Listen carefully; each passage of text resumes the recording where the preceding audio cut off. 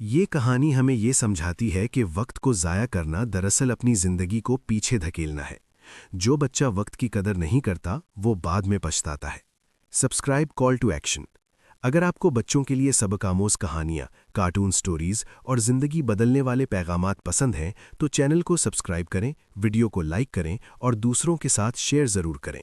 कहानी वक्त का ज़या। एक खूबसूरत सा गांव था। उस गांव में सब लोग सादा जिंदगी गुजारते थे। उसी गांव में एक लड़का रहता था, उसका नाम बिलाल था।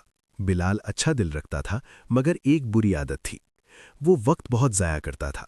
सुबह स्कूल जाने का वक्त होता तो वो कहता, अभी तो बहुत टाइम है। कभी वो मोबाइल पर गेम खेलने लग जाता, कभी दोस्तों के साथ बिला वजह घूमता और कभी बस ऐसे ही लेटा रहता। उसकी अम्मी बार बार समझाती, बेटा वक्त ज़ाया मत करो, ये वापस नहीं आता। मगर बिलाल हंसकर कहता, अम्मी अभी बचपन है, बाद में सब कर लूंगा। एक दिन स्कूल में उस्ताद ने ऐलान किया, अगले हफ्ते एक अहम टेस्ट होगा। सब बच्चे तैयारी करने लगे, मगर बिलाल ने सोचा, अभी तो पूरा हफ्ता पड़ा है। दिन गुजरते गए, बिलाल वक्त ज़ाया करता रहा और टेस्ट का दिन आ गया। जब पेपर उसके हाथ में आया तो उसे कुछ समझ नहीं आया। उसकी आंखों में आंसू आ गए। उस दिन उसे पहली बार एहसास हुआ, वक्त ज़ाया करने का नुकसान कितना बड़ा होता है। टेस्ट के बाद बिलाल सीधा घर आया। उसने अपनी अम्मी से कहा, अम्मी आज मुझे समझ आ गया है, मैंने अपना वक्त खुद बर्बाद किया।